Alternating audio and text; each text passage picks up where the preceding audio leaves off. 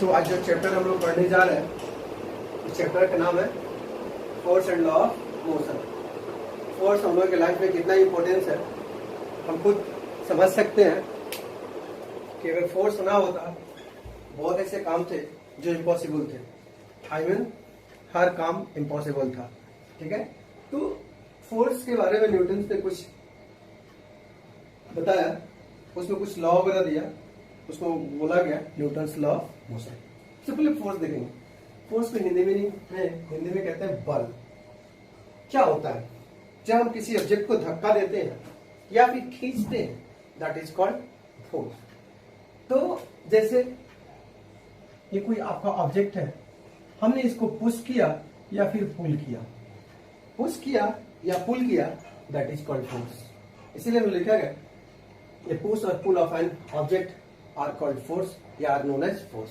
दूसरी भाषा में जब हमने किसी ऑब्जेक्ट को धक्का देने का कोशिश किया तो ऑब्जेक्ट है तो समथिंग मास क्रिएट करेगा, और धक्का दिया तो अपना पोजीशन चेंज करेगा, दैट इज एक्सीलरेट करेगा। तो हमने लिखा दूसरी भाषा में the product of mass and acceleration are known as force.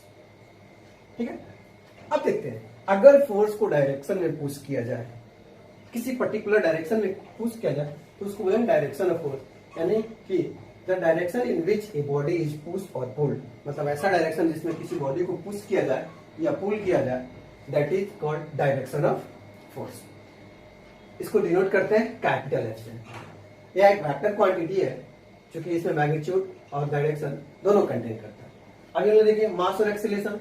Force is equal to mass और एक्सीलरेशन। फोर्स को एफ से डिनोट करते हैं, मास को एम से और एक्सीलरेशन को ए से, that is F is equal to M into A. इस यूनिट न्यूटन होता है और दूसरा अदर जो यूनिट होता है सीजीएस में डाइन होता है।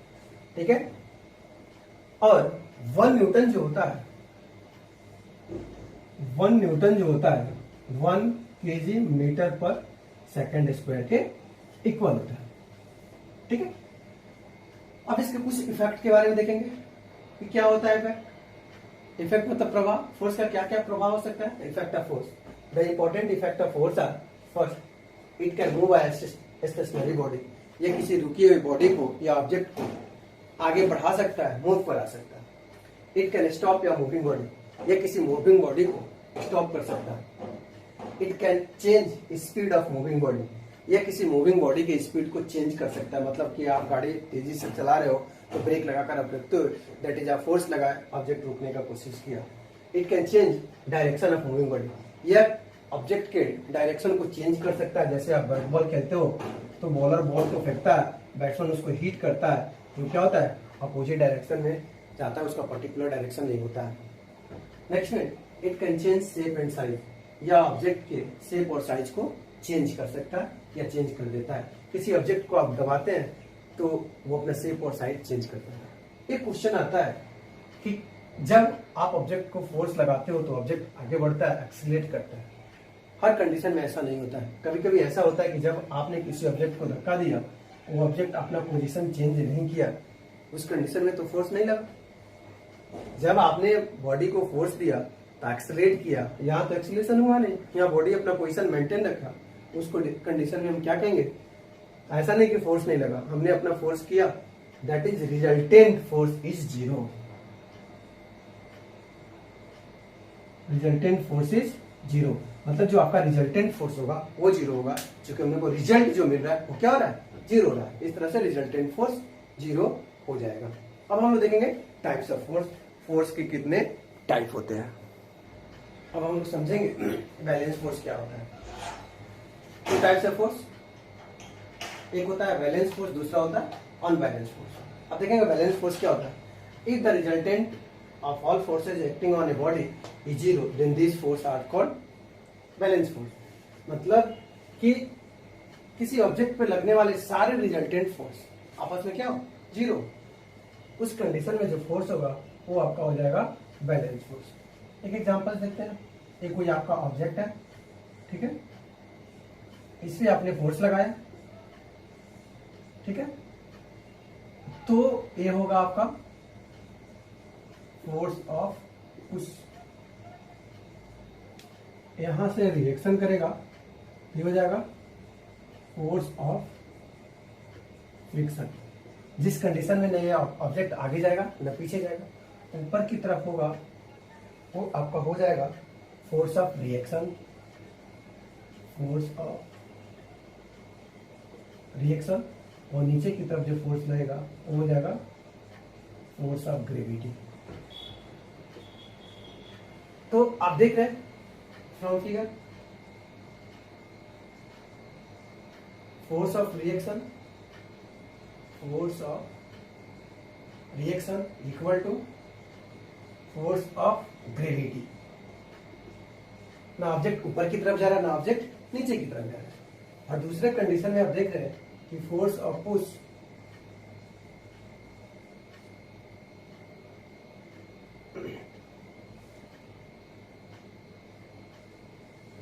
Is equal to force of friction.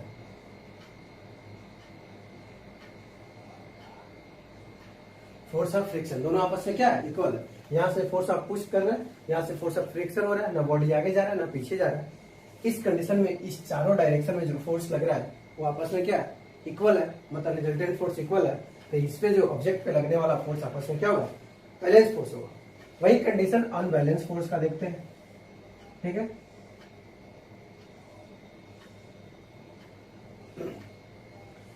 ये आपका कोई बॉडी है, आपने फोर्स लगाया, नीचे की तरफ लगेगा force of gravity, force of gravity. ऊपर की तरफ जाएगा वो क्या होगा, फोर्स ऑफ रिएक्शन, ठीक है। आपने फोर्स ऑफ पुल किया या पुश किया और फोर्स ऑफ रिएक्शन, बॉडी आगे की तरफ बढ़ा, मतलब कि फोर्स ऑफ रिएक्शन, तो ऑब्जेक्ट आगे की तरफ बढ़ा। आपने क्या देखा फोटो से, फ्रॉम फिगर, फोर्स ऑफ जो रिएक्शन है, फोर्स ऑफ रिएक्शन है वो इक्वल टू है फोर्स ऑफ ग्रेविटी। दोनों आपस में इक्वल है, इसलिए ऑब्जेक्ट ना ऊपर की तरफ अपवर्ड की तरफ गया ना डाउनवर्ड की तरफ गया। और दूसरे में फोर्स ऑफ जो पुश है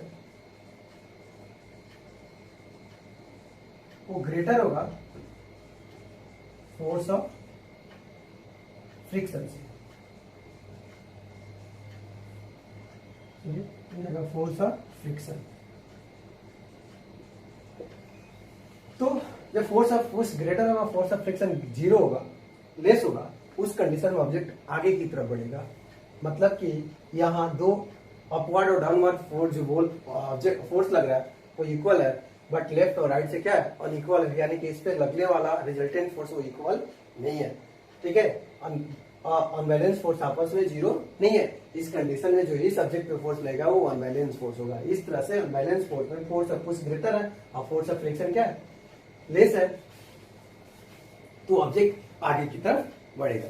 अब हम लोग पढ़ेंगे इसके आगे में कि न्यूटन्स लॉ, ठीक है। अब इसमें पढ़ा न्यूटन्स लॉ, जस्ट इसके बाद आएगा कि न्यूटन्स लॉ होता क्या। अभी देखेंगे कि न्यूटन्स क्या बोला था फोर्स के अगेंस्ट। अब देखेंगे Newton's law. Newton presented 3 fundamental law govern the motion of object are known as Newton's 3 law of motion. Newton's 3 fundamental law motion के अगेंस्ट दिया था। यही तीनों लॉ को हम लोग बोलेंगे न्यूटन्स लॉ ऑफ मोशन या Newton's 3 law of motion. Newton first law में बोला था, according to this rule, a body at rest will remain at rest and in motion will continue in motion in a straight line with uniform speed unless it is compelled by an external force to change its state or uniform motion। इसका अर्थ हुआ कि body अगर rest में हो तो rest में रहेगा, मोशन में हो तो मोशन में रहेगा, कब तक, जब तक कि आप उस पर एक्सटर्नल फोर्स अप्लाई नहीं कर सकते हैं। मतलब कि बॉडी अपने पोजीशन को मेंटेन रखेगा जिस पोजीशन में वो है या जिस पोजीशन को मेंटेन किए हुए है। मतलब अगर वो रेस्ट में है तो कंटिन्यू रेस्ट में रहेगा, मोशन में है तो कंटिन्यू मोशन में रहेगा, जब तक कि आप उसमें कोई एक्सटर्नल फोर्स नहीं लगा रहे। मान लीजिए ये कोई आपका ऑब्जेक्ट है जो रेस्ट में है, आपने इसमें फोर्स लगाया, ये बॉडी मूव करना शुरू किया, ठीक है, मूव कर रहा इस पोजीशन पे, ठीक है। अभी आपने फिर फोर्स लगाया, अभी बॉडी क्या आएगा, कुछ टाइम के बाद बॉडी विल बी रेस्ट। मतलब कि आपके फोर्स के कारण बॉडी अपना पोजीशन चेंज किया ठीक है, और फिर आपके फोर्स के कारण बॉडी रेस्ट में आया, दैट इज कॉल्ड, क्या हो जाएगा आपका Newton first law of motion. इस लॉ का दूसरा नाम है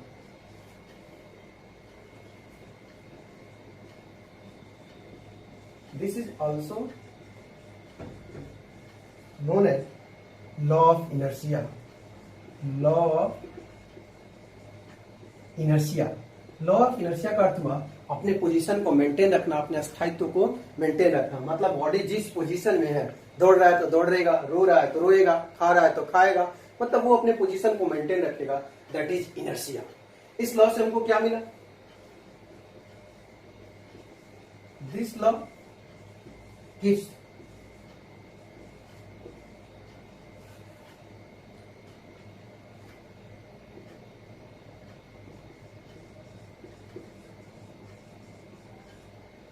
इस लॉ से हमको डेफिनेशन मिला किसका, फोर्स का। आप कहते हैं कि पुश और पुल, जैसे आपने पुश किया मतलब कि आपने फोर्स दिया तो आपका पोजीशन चेंज हुआ, फिर आपने पुल किया फिर उसका पोजीशन क्या हुआ, चेंज किया। तो इस तरह से पुश और पुल को हम लोग फोर्स बोलते हैं। और न्यूटन्स लॉ भी कहता है, फर्स्ट लॉ कहता है कि अपने पोजीशन को मेंटेन रखना जब तक कि आप एक्सटर्नल फोर्स नहीं लगाते। तो सेकेंड लॉ से हमको क्या मिला, डेफिनेशन ऑफ फोर्स। ठीक है, अब हम लोग देखते हैं इसमें एक टॉपिक आया है इनर्शिया। इनर्शिया क्या है इसको हम लोग समझेंगे। अब देखते हैं inertia. It is the property of body due to which it resist a change in its state of rest और यूनिफॉर्म मोशन। इनर्शिया जो होता है किसी बॉडी का प्रॉपर्टी जो होता है, ठीक है, जो उसको रेसिस्ट करता है स्टेट चेंज करने में, मतलब rest as well as motion. It is measured, mass is measured in the of the inertia of the body. Mass जो है बॉडी का इनर्शिया पे डिपेंड करता है या इनर्शिया से मेजर किया जाता है। दैट इज डिपेंडेबल ऑन मास, मतलब इनर्शिया पूरी तरह से किस पे डिपेंड है, मास पे डिपेंड है। हेवियर ऑब्जेक्ट, अगर ऑब्जेक्ट भारी होगा तो उसका इनर्शिया क्या होगा, अधिक हो जाएगा। जैसे एक एग्जांपल लेते हैं, कंपैरिजन कर रहे हैं, ये आपका रबड़ बॉल है, ठीक है, और एक क्रिकेट बॉल है, और दोनों की इनर्शिया की बात करते हैं तो क्रिकेट बॉल का इनर्शिया क्या हो जाएगा, ग्रेटर हो जाएगा, क्योंकि इसका मास अधिक है। ठीक है, अब देखेंगे momentum. The product of mass and velocity is known as momentum. जो मास और वेलोसिटी का प्रोडक्ट होता है उसको हम लोग क्या बोलते हैं, मोमेंटम बोलते हैं। बहुत इंपॉर्टेंट टॉपिक है momentum. The product of mass and velocity are known as momentum. इसको स्मॉल टी से डिनोट करते हैं। अभी देखें momentum equal to product of mass and velocity, तो mass into velocity that is P equal to M into V. इसका ऐसा unit हो जाएगा मास का केजी और वेलोसिटी का मीटर पर सेकंड स्क्वायर। तो इसका ऐसा यूनिट क्या होता है, मीटर पर सेकंड। एक वेक्टर क्वांटिटी है क्योंकि इसमें मैग्नीट्यूड और डायरेक्शन दोनों होता है, दोनों कंटेन करता है मैग्नीट्यूड और डायरेक्शन। अगर वेलोसिटी जीरो होगा then momentum will be zero. If mass does not zero, if body contain then something mass create. I mean अगर बॉडी है, ऑब्जेक्ट है, देन समथिंग मास क्रिएट करेगा, भले वो मास आपके लिए मेजरेबल हो या नहीं हो। अब देखते हैं एप्लीकेशन न्यूटन फर्स्ट लॉ का। अब एप्लीकेशन देखते हैं न्यूटन फर्स्ट लॉ का। क्या क्या एप्लीकेशन है। When a hanging carpet is beaten, एक लटका हुआ कारपेट को जब आप पीटेंगे स्टिक से, then the dust particles start coming out of it, तो उससे जो डस्ट पार्टिकल है उसी जगह नीचे की तरफ जाएगा और वो जो आपका कारपेट है वो इधर उधर हिलेगा। ठीक है, क्योंकि कारपेट पे आप फोर्स मारे तो कारपेट इधर गया, अपना पोजीशन चेंज किया, बट जो डस्ट पार्टिकल्स है वो रेस्ट में ही है, वो रेस्ट में ही रहेगा। वैसे ही when a tree is taken regularly its fruits and leaves fall down, जब पेड़ के डाली को आप हिलाते हैं तो पत्ते और फल उसी जगह नीचे की तरफ जाते हैं, क्योंकि वो इनर्शिया को मेंटेन करते हैं। When A car or bus start suddenly then the passenger fall backward, जब गाड़ी अचानक स्टार्ट होती है तो आप पीछे की तरफ जाते हैं, क्योंकि आप इनर्शिया को मेंटेन करते हैं। फिर वैसे ही जब अचानक गाड़ी रुकती है तो आप आगे की तरफ जाते हो।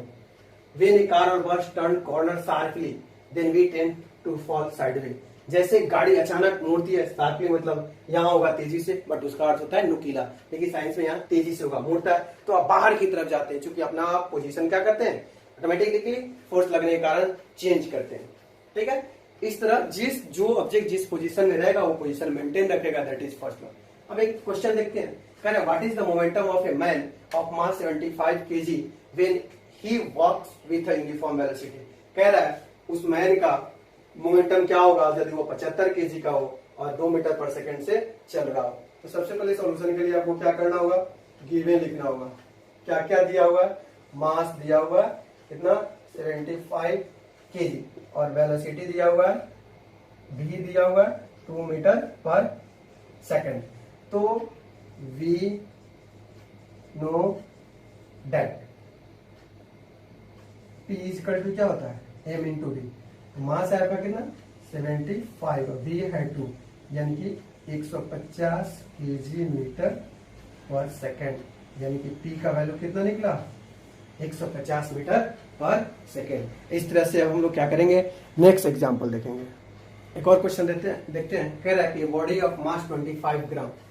सबसे पहले गिवन लिखेंगे, गिवन एम दिया हुआ 25,000 ग्राम। अब क्या करेंगे, इसको केजी में कन्वर्ट करेंगे। केजी 3 0 से 3 0 गया 25 केजी मास हुआ। कह रहा है मोमेंटम दिया हुआ है 125 केजी मीटर पर सेकेंड। अब हम जानते हैं we know that P equal to M V. P कितना दिया हुआ 125, मास कितना दिया हुआ 25 गुने V। मल्टीप्लाई इधर आएगा तो क्या होगा डिविजिबल होगा 25 इक्वल टू V। कट गया 5 यानी कि 5 मीटर पर second equal to V।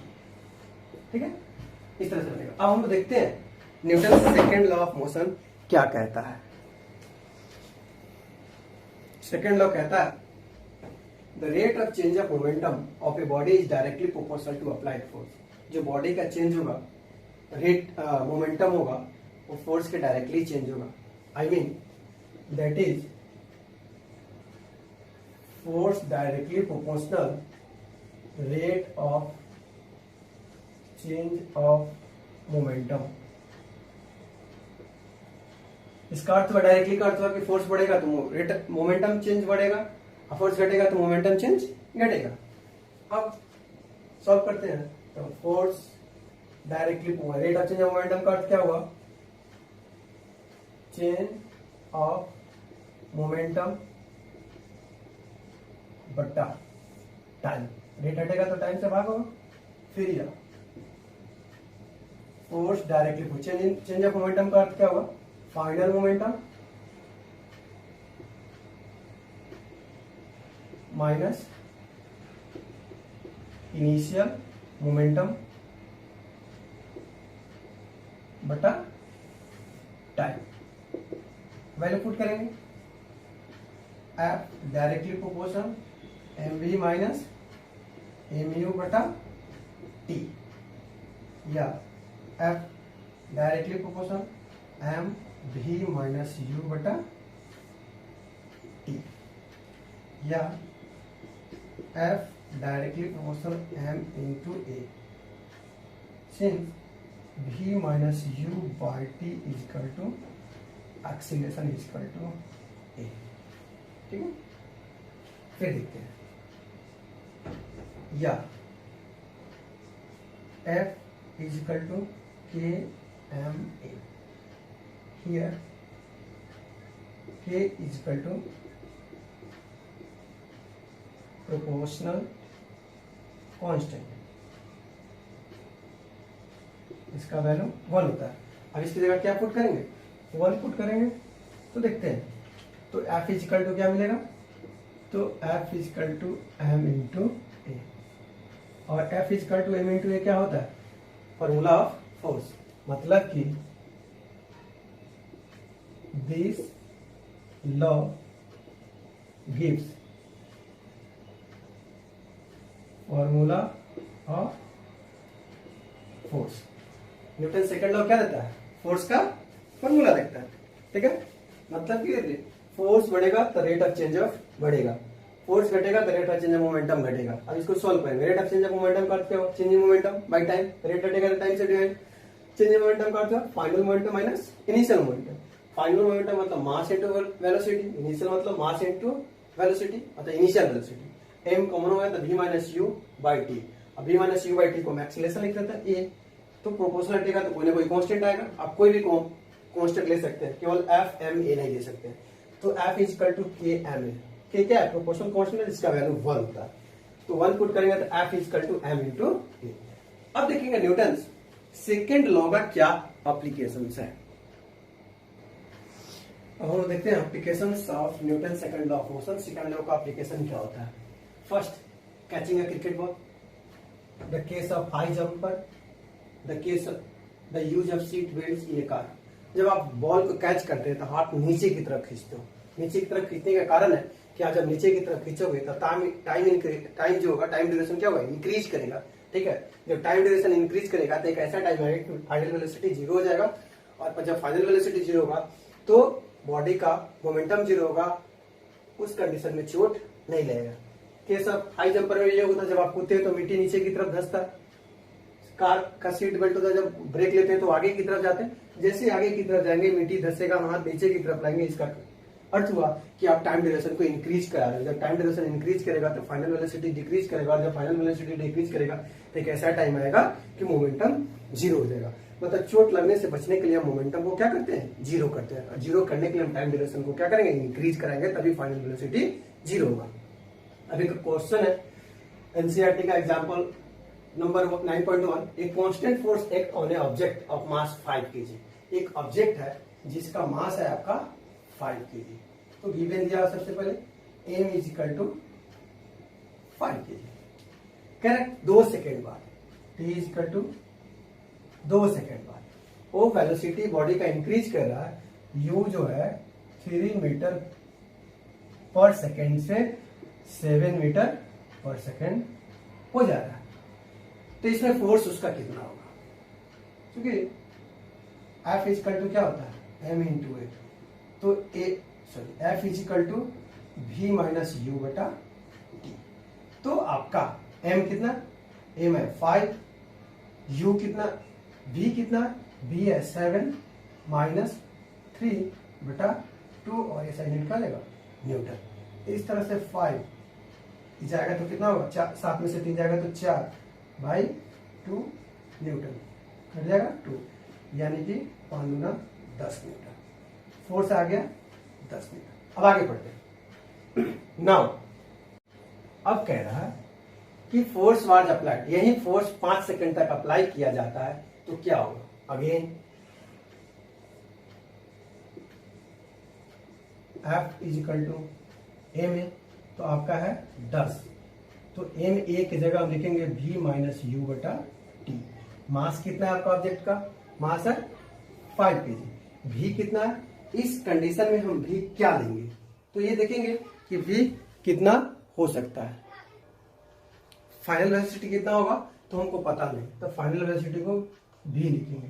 Initial velocity आपका कितना है 3 है बटा टाइम ड्यूरेशन, तो टाइम ड्यूरेशन, अब इसके लिए टाइम ड्यूरेशन कितना हुआ 5 हुआ, तो 5 से 5 गया तो क्या बचा 10 is equal to V minus 3, या 10 plus 3 is equal to we.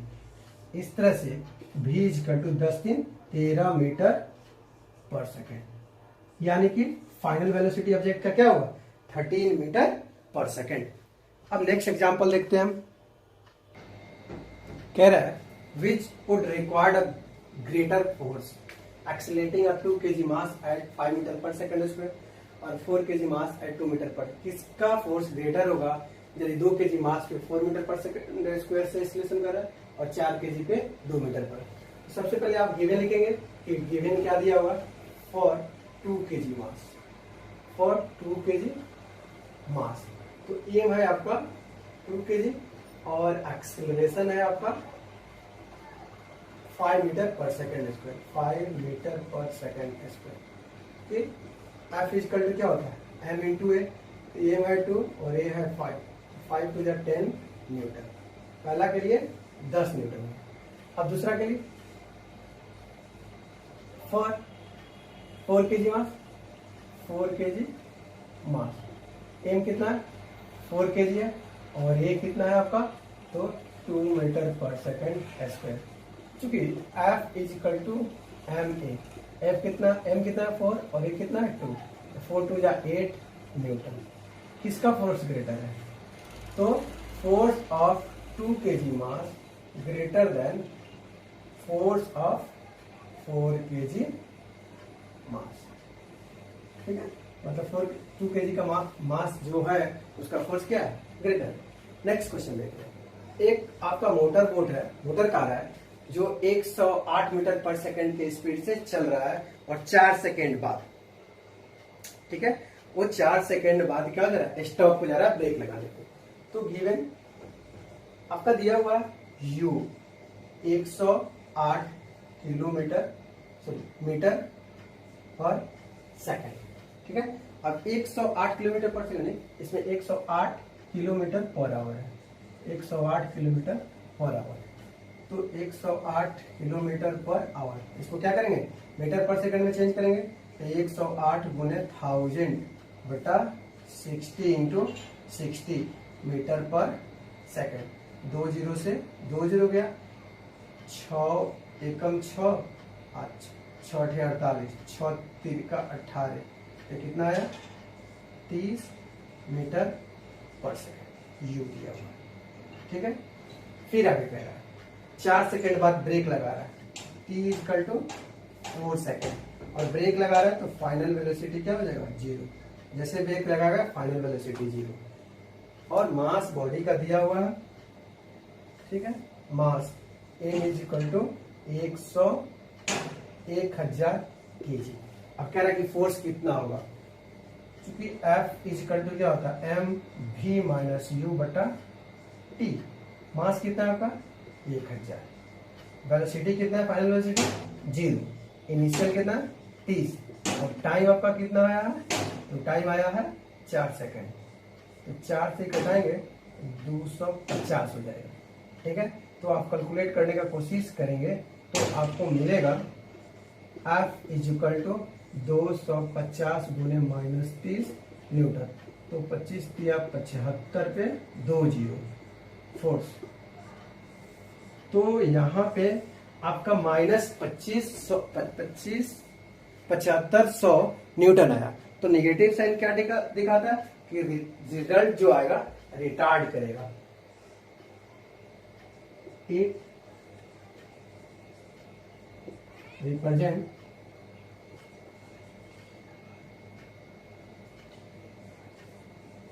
retard force that is opposite direction. जो फोर्स होगा क्या होगा, अपोजिट डायरेक्शन में जाएगा। अब नेक्स्ट एग्जांपल देखते हैं। क्वेश्चन कह रहा है, a force of 5 Newton gives a mass m1। 5 Newton force m1 मास पे लग रहा है, तो एक्सेलरेशन 10 मीटर पर सेकंड स्क्वायर क्रिएट कर रहा है, और दूसरा m2 मास 20 मीटर पर सेकंड एक्सीलरेशन क्रिएट कर रहा है। तो कह रहा है अगर दोनों मास को एक साथ जोड़ दिया जाए, ठीक है, तो कितना एक्सीलरेशन क्रिएट करेगा। देखते हैं सॉल्यूशन। फॉर मास m1, तो F हो जाएगा आपका 5, M हो जाएगा m1, और A हो जाएगा 10 मीटर पर second square. F equal to होता है आपका m इंटू ए। तो मास आपका कितना है, मास है आपका कितना 5, सॉरी फोर्स है 5, मास कितना है m1, और ये कितना है 10, कितना हो जाएगा 5/10 इक्वल टू m1, कट गया 2, यानी कि 1/2 इक्वल टू m1 निकला, ठीक है। अब नेक्स्ट के लिए फॉर मास m2 के लिए भी F है आपका 5 न्यूटन, ठीक है, मास है m2, और एक्सेलरेशन है आपका 20, ठीक है, मीटर पर सेकंड स्क्वायर। तो वही F है 5, मास है m2, और एक्सेलरेशन है 20। तो 5/20 इक्वल टू m2, कट गया 4, तो 1/4 इक्वल टू m2। अब दोनों मास को एक साथ टाइट कर रहा है, ठीक है। तो अब देखेंगे, if both mass tight together,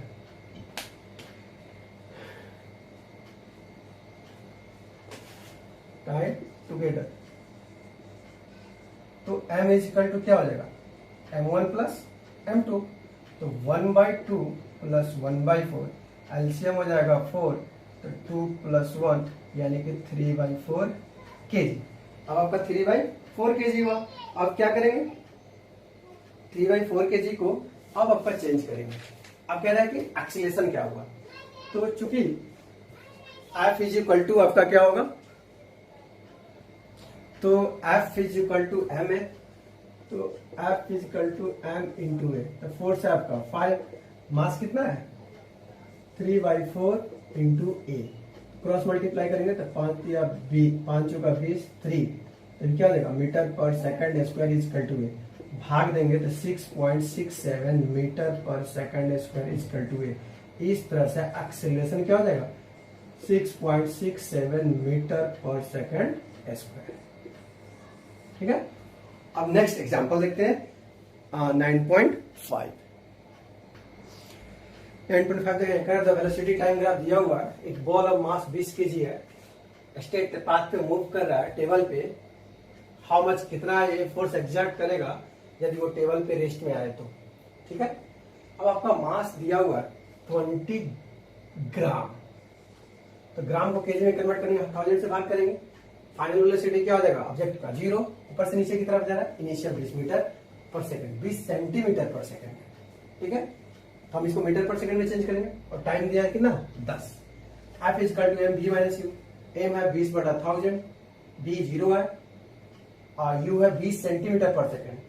अभी खत्म हो जाएगा, तो 20/100 चूंकि मीटर में चेंज करेंगे और 1/10 सॉल्व करेंगे तो -4/10,000 आएगा, यानी कि F is equal to -0.004 newton. Negative sign क्या करेगा, रिटार्डेशन को शो करेगा। अब इस तरह हम देखते हैं newton's third law of motion. देखेंगे newton's third law of motion क्या कहता है कि to every action there is equal and opposite reaction. कहता है कि प्रत्येक क्रिया के विपरीत एक प्रक्रिया होता है जो उल्टा होता है और अपोजिट होता है। I mean, मैं आपको 10 रुपया दूंगा, आप हमको 10 रुपया देंगे। मैं आपको 10 रोटी दूंगा, आप हमको 10 रोटी दीजिएगा। मतलब जितना आप लीजिएगा उतना ही आप लीजिएगा। F1 और F2 दो फोर्स है, नेगेटिव साइन दिखाता है कि F1 है F2 के अपोजिट है। मतलब कि अगर 10 एक ऑब्जेक्ट है, 10 न्यूटन की तरफ से खींच रहा है, तो इधर भी दूसरा ऑब्जेक्ट 10 न्यूटन से इस दूसरे ऑब्जेक्ट को खींचेगा, मतलब इक्वल और अपोजिट होगा। इसका कुछ देखते हैं एप्लीकेशन। कह रहे हैं we work on the earth surface या सरफेस, किसी सरफेस पे हम लोग चलते हैं तो सरफेस को जब हम नीचे की तरफ दबा के धक्का देते हैं तो अर्थ सरफेस हमको आगे की तरफ बढ़ने के लिए प्रेरित करता है या ठेलता है। अगर वो नहीं ठेले तो फिर हम आगे नहीं बढ़ेंगे। एग्जाम्पल्स के लिए आप टाइल्स बाथरूम में डालते हो, टाइल्स लगा रहता है या फिर ऑयल पे रख के पैर को आगे बढ़िएगा तो वो धक्का नहीं देगा, क्योंकि वहां रफली सरफेस नहीं है। वहां दो सरफेस के बीच में पैर और वो सरफेस के बीच का जो गैपिंग है, एयर गैप है, वो टाइटली पैक हो गया। जैसे आप पैर रखेंगे वो पीछे की तरफ चला जाएगा। तो इससे स्पष्ट होता है कि अपोजिट होता है। हाँ, ऐसा कह सकते हैं कि जब वो आगे की तरफ धक्का देता है, हम उसको धक्का देते हैं, तो अर्थ को भी पीछे जाना चाहिए था। ठीक है, ऐसा होता है कि जो बॉडी रेस्ट में होता है, रिजिड होता है, अधिक मास होता है, वो रेस्ट में ही रहेगा, दूसरा बॉडी उसके तरफ आगे बढ़ेगा, लेकिन फोर्स जो उस पर लगेगा वो इक्वल्स होगा। ठीक है, कहता है गन रिकॉल्स, जब आप बंदूक को चलाते हैं तो देखते हैं कि उसका जो कुंडा है पीछे की तरफ धक्का देता है। मतलब कि जितने स्पीड से वो आगे की तरफ बढ़ेगा उतना ही स्पीड से आपको पीछे की तरफ उसका जो कुंडा होता है, ठीक है, वो अगर ये बुलेट आगे की तरफ बढ़ेगा उतना ही फोर्स से पीछे की तरफ वो धक्का देगा। ठीक है, यही कारण है कि उसको कंधा से लगा के चलाया जाता है, क्योंकि पीछे की तरफ वो धक्का न दे। फ्लाइंग ऑफ जेट एरोप्लेन, जब एरोप्लेन और रॉकेट आगे की तरफ बढ़ते हैं तो धरती को या हवा को पीछे की तरफ रेसिस्ट करते हैं, धक्का देते हैं, तभी वो आगे की तरफ बढ़ते हैं। केस ऑफ बोट और शिप, या फिर आप स्विमिंग करते हैं तो हाथ पांव ऐसे पीछे की तरफ धक्का देते हैं, मतलब आप पानी वाटर को पीछे की तरफ करते हैं तो धक्का देते हैं, तो पानी वाटर भी आपको क्या करता है, आगे की तरफ प्रेरित करता है। Case of cart, horse pulling cart, वही कंडीशन घोड़ा के साथ भी है। अगर ये पीछे की तरफ इसको धक्का देगा तो अर्थ भी इसको आगे की तरफ धक्का देगी। मतलब हर कंडीशन में एक्शन और रिएक्शन दोनों इक्वल और अपोजिट होता है। हाँ, बट थोड़ी बहुत चेंजिंग होती है। जैसे एग्जांपल्स में हम लोग थर्ड लॉ पढ़ा देंगे या सब कोई पढ़ता है, तुरंत बोलते हैं कि गेंद को लेकर दीवार पे मारते हैं तो गेंद पीछे की तरफ आता है, तो फिर दीवार पीछे की तरफ क्यों नहीं जाता है जब एक्शन और रिएक्शन इक्वल होता है? तो आखिर ये क्वेश्चन होना चाहिए, क्या न्यूटन गलत कर दिया था? तो नहीं, यहाँ पे इट इज डिपेंडेबल ऑन मास। जो फोर्स होता है वो मास पे डिपेंडेबल होता है। अगर उस वॉल का, उस ऑब्जेक्ट का मास रिजिड है, आपसे अधिक है या उस ऑब्जेक्ट से अधिक है, तो वो ऑब्जेक्ट पीछे की तरफ नहीं जाएगा, दूसरा ऑब्जेक्ट पीछे की तरफ जाएगा जो उस पर धक्का दे रहा है। ठीक है, तो इस तरह से मतलब जो ऑब्जेक्ट भारी होगा वो पीछे की तरफ नहीं जाएगा, हल्का ऑब्जेक्ट आगे की तरफ जाएगा, लेकिन उस पर जो फोर्स एक्ट होगा वो इक्वल और अपोजिट होगा। क्लियर?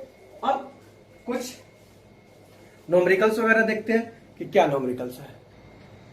अब देखेंगे हम लोग कंजर्वेशन ऑफ मोमेंटम, हिंदी बोलते हैं संवेग संरक्षण का सिद्धांत।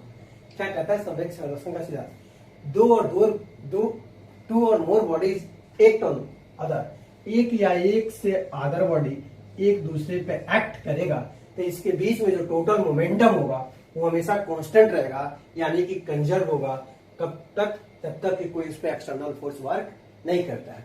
ठीक है, दैट इज कहते हैं टोटल मोमेंटम बिफोर कोलिजन, मतलब इसके टकराने के पहले का मोमेंटम, ठीक है, वो इक्वल होगा टकराने के बाद का मोमेंटम। यह देखिए m1 u1 plus m2 u2 equal to m1 v1 plus m2 v2। अब क्या है? m1 और m2 mass of first body और mass of second body, u1 और u2 velocity of initial velocity of first body and second body, v1 and v2 final velocity of first body and second body. मतलब कि जब वो टकराएगा तो टकराने के पहले और टकराने के बाद का जो मोमेंटम होगा हमेशा कंजर्व रहेगा, आई मीन कांस्टेंट रहेगा। हम इसको लिख सकते हैं, ठीक है, that is m1 mu plus m1 u1 plus m2 u2 is equal to constant. मतलब हमेशा क्या होगा? कांस्टेंट होगा। अभी कैसे कांस्टेंट होगा? कैसे m1 u1 plus m2 u2 equal to m1 v1 plus m2 v2 होगा? अब इसका प्रूफ देखेंगे कि कैसे वो होगा। अब देखेंगे दो ऑब्जेक्ट है, एक का मास m1 है, दूसरा का मास m2 है, इनिशियल वेलोसिटी u1 है, इनिशियल वेलोसिटी u2 है। एक कोलिजन हुआ जब टकराया था, तब जब दो ऑब्जेक्ट आपस में इनिशियल वेलोसिटी u1 और u2 से आगे बढ़ेगा, कुछ देर के बाद वो टकराएगा। तो जो टकराएगा, जब भी ऑब्जेक्ट टकराता है तो दो पोजीशन क्रिएट करता है, दो केस क्रिएट करता है, या तो वेलोसिटी इंक्रीज करेगा या वेलोसिटी डिक्रीज करेगा। If velocity will be decrease then body will be rest, if velocity will be increased then body will be move fast। अगर टकराएगा, बॉडी डिक्रीज करेगा, वेलोसिटी डिक्रीज करेगा, then body will be rest, मतलब momentum zero हो जाएगा। इस condition में momentum आपका क्या हो जाएगा? जीरो होगा। अगर वो नहीं टकराएगा, आगे बढ़ेगा, तो इसका momentum something m1 v1 plus m2 v2 इसका होगा। अब ये ऑब्जेक्ट इस पे फोर्स लगाएगा, इस फोर्स का नाम है F1, और इस पे जो एक्सीलरेशन क्रिएट करेगा A2 एक्सीलरेशन क्रिएट करेगा। तो ये ऑब्जेक्ट बैठा नहीं रहेगा, ये भी इस पे फोर्स लगाएगा, ठीक है। तो ये जो फोर्स लगाएगा अभी इस पे लगाएगा F2, और इसका जो एक्सीलरेशन होगा वो क्या हो जाएगा? A1 हो जाएगा।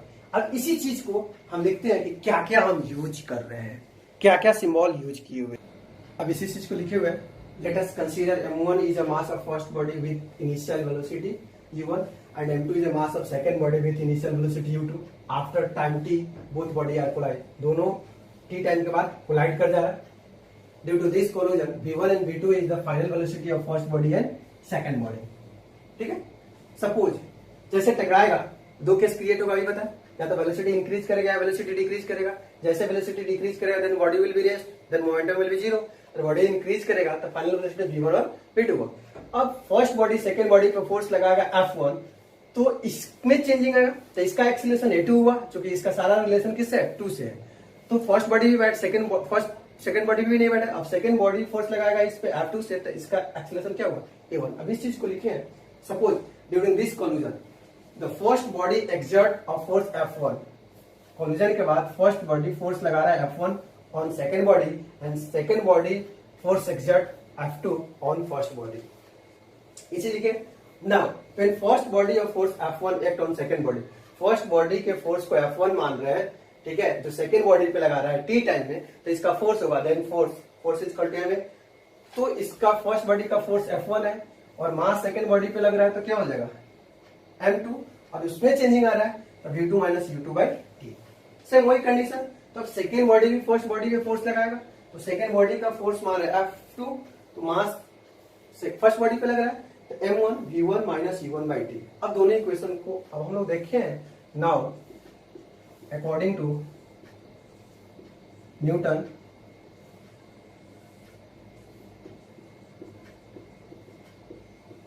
थर्ड लॉ ऑफ मोशन क्या कहता है, F1 is equal to minus F2। तो F1 का वैल्यू आपके पास है m2 v2 माइनस u2 बटा t और minus m1 v1 minus u1 by T. T से टी गया तो m2 v2 minus m2 u2 minus m1 v1 plus m1 u1। Solve करेंगे तो क्या मिलेगा, m2 v2 m2 v2, अब v2 इधर निगेटिव है तो इधर आएगा तो क्या m1 v1 और उधर जाएगा तो m2 u2 plus m1 u1। इसी को आप जब सजा के लिखेंगे तो m1 u1 plus m2 u2 is equal to m1 v1 plus m2 v2। True हुआ, ठीक है। That is total momentum before collision is equal to total momentum after collision। यही हमको प्रूव करना था। अब ये चीज प्रूव हो गया। अब हम लोग कुछ न्यूमेरिकल देखेंगे एग्जांपल्स का। कह रहा है A bullet of mass 20 gram. Mass of bullet कितना दिया होगा, मास ऑफ बुलेट आपको दिया होगा 20 ग्राम। हम इसको किस में करेंगे, 20 बटा 1000 kg। करा फायर करा, तो जब आप फायर करेंगे तो इनिशिएट बॉडी विल भी क्या होगा, रेस्ट। तो जैसे बॉडी विल भी रेस्ट होगा तो मोमेंटम क्या हो जाएगा, तो इनिशियली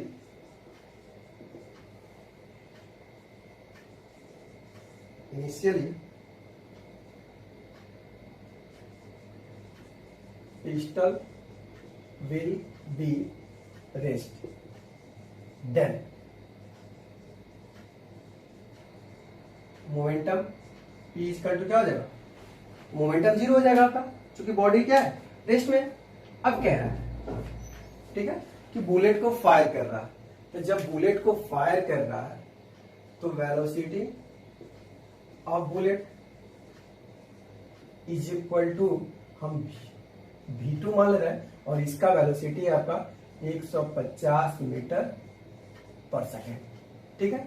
मास ऑफ पिस्टल भी दिया हुआ, मास ऑफ पिस्टल हम m2 मान ले रहे हैं, ये आपको दिया 2 kg। मास लेट कर रहे हैं, मास ऑफ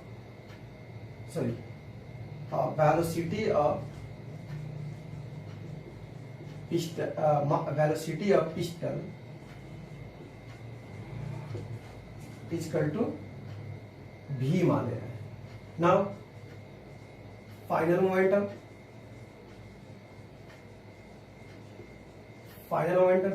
P कितना हो जाएगा, m2 v2, ठीक है। तो m2 कितना है आपका 2 है, 2 v2 v है प्लस m1 मास ऑफ वो कितना दिया हुआ, तो दिया हुआ है मास of bullet. Mass of bullet कितना दिया हुआ, 20 ग्राम दिया हुआ। तो आप क्या लिखेंगे, 20 बटा 1000 और वेलोसिटी दिया हुआ है 150। अब इस तरह से आप क्या करेंगे, इसको सॉल्व करेंगे, ठीक है। तो 0 से 0, 0 से 0, 2 5 जा 5 3 जा, तो कितना मिला 2v प्लस 3p, ठीक है। और ये आपका इक्वेशन फर्स्ट हुआ और इक्वेशन सेकेंड हुआ। Now according to conservation of momentum, क्या कर रहा है conservation of momentum, conservation of momentum कह रहा है कि P is equal to P final. तो पी इनिशियल आपका 0 हुआ और पी फाइनल आया है 2b प्लस 3। कितना आया? 2b plus 3। अब यहां से b का वैल्यू निकालेंगे तो कितना आएगा? -3 इज इक्वल टू 2b, यानी कि -3/2 मीटर पर सेकेंड इज इक्वल टू b। इसका अर्थ हुआ कि वेलोसिटी जो आएगा -1.5 मीटर पर सेकेंड। तो 5 मीटर पर सेकेंड यह क्या दिखाएगा? Opposite direction. मतलब जो पिस्टल जाएगा वो किधर जाएगा? अपोजिट डायरेक्शन में। अब नेक्स्ट एग्जांपल देखते हैं। दिया हुआ है a girl of mass 40 kg jump. A girl का मास 40 kg है जो जंप कर रही है with horizontal velocity of mass 5 metre पर सेकंड स्क्वायर। ठीक है, वो 5 मीटर पर सेकंड स्क्वायर के से वो कर रही है। तो पहले गिवन दिया, क्या क्या दिया हुआ? तो मास ऑफ गर्ल, mg का मतलब हुआ मास ऑफ गर्ल 40 kg है और इसका इनिशियल वेलोसिटी है ug, initial velocity of girl 5 metre पर सेकंड। वो किसी चीज पे जंप कर रही है, फ्रिक्शनलेस व्हील्स पे जंप कर रही है। ठीक है, तो उस कार्ट का मास है आपका 3 kg। कार्ट का मास कितना है? 3 kg। वो रुका हुआ है। ठीक है, तो मास ऑफ कार्ट 3 kg और इनिशियल वेलोसिटी ऑफ कार्ट 0, क्योंकि वो रुका हुआ है। Now initial momentum,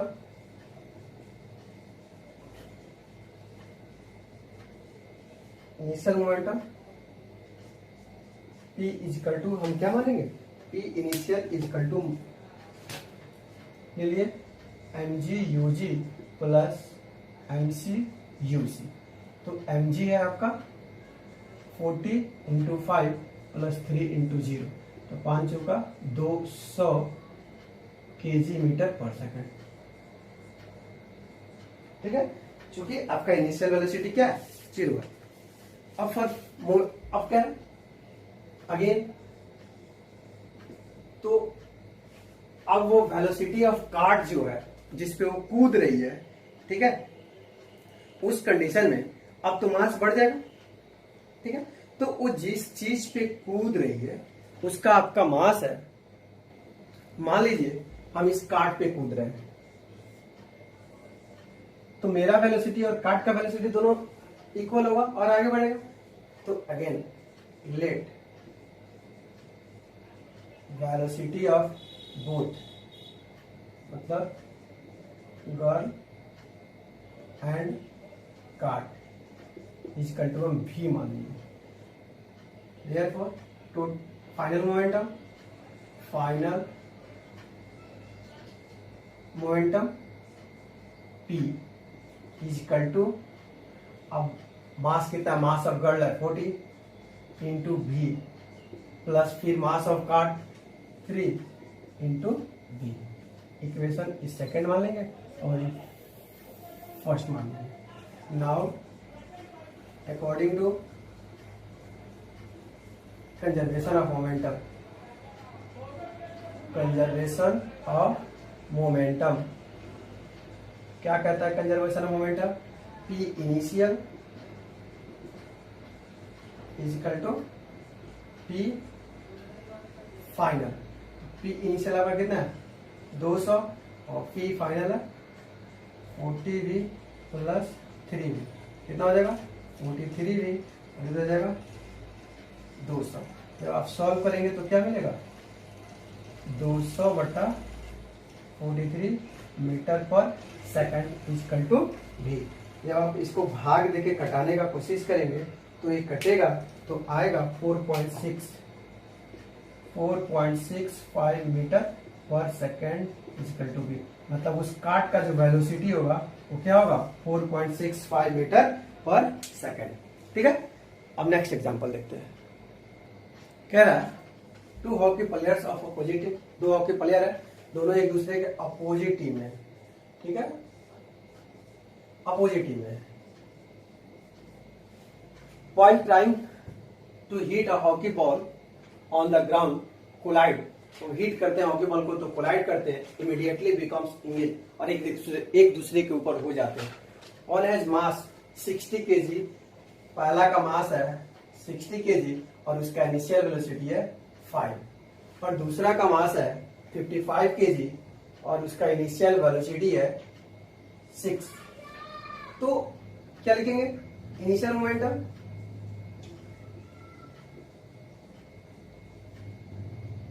P is equal to mv मतलब 60 इंटू 5 प्लस 55 इंटू 6। 6 पचे 30 300 प्लस 6 पचे 30 6 पचे 30 3 33 कितना आ जाएगा 3 3 630 आपको मिलेगा ये 630। बट यहाँ दिक्कत क्या है कि एक दूसरे के अपोजिट डायरेक्शन में, मतलब ये यहां से जा रहा है ये यहां से जा रहा है, तो यहाँ जो सिंबल होना चाहिए ये क्या होगा नेगेटिव होना चाहिए। इस तरह से आपका क्या हुआ गलत हुआ, तो यहाँ नेगेटिव साइन लगाएंगे तो आपको क्या मिलेगा -30 केजी मीटर पर second.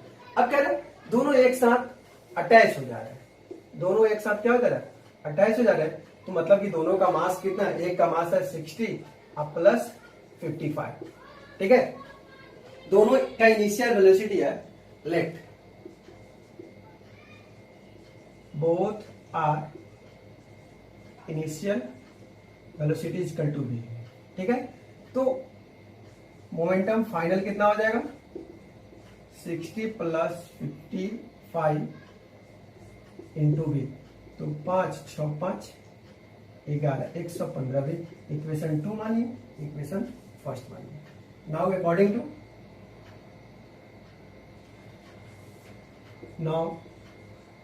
To law of conservation of momentum क्या कहता है P initial is equal to P final. P आपका इनिशियल कितना है -30, ठीक है, और P फाइनल कितना है आपका 115 वेलोसिटी, यानी कि v इज इक्वल टू -30/115, ठीक है 115 मीटर पर सेकेंड। जब आप भाग देंगे तो माइनस ए आएगा 0.26 मीटर पर सेकेंड। नेगेटिव साइन क्या दिखाता है एक दूसरे के अपोजिट डायरेक्शन में, अपोजिट डायरेक्शन इस तरह से, ठीक है। आज हम लोग को थ्योरी प्लस एग्जांपल खत्म किए। नेक्स्ट वीडियो में हम लोग इंडेक्स क्वेश्चन और एक्सरसाइज देखेंगे, ठीक है। Thank you.